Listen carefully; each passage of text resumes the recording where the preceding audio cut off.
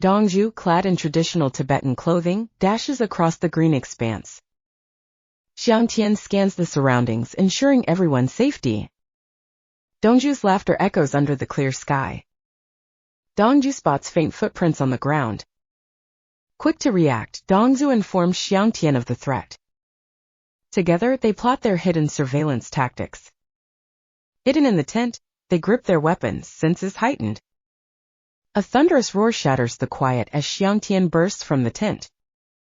The would-be robbers scatter in terror while Dongzu, unshaken, readies his spear beside the mighty Xiangtian. The grasslands are alive with festivity, tents standing out with banners. Nomads dance rhythmically, sing praises, their voices filling the air. The vast grasslands echo with a timeless saga. Elders pass down the narrative of Dongzu and Xiangtian's companionship. Their courageous deeds become a cherished story under the stars.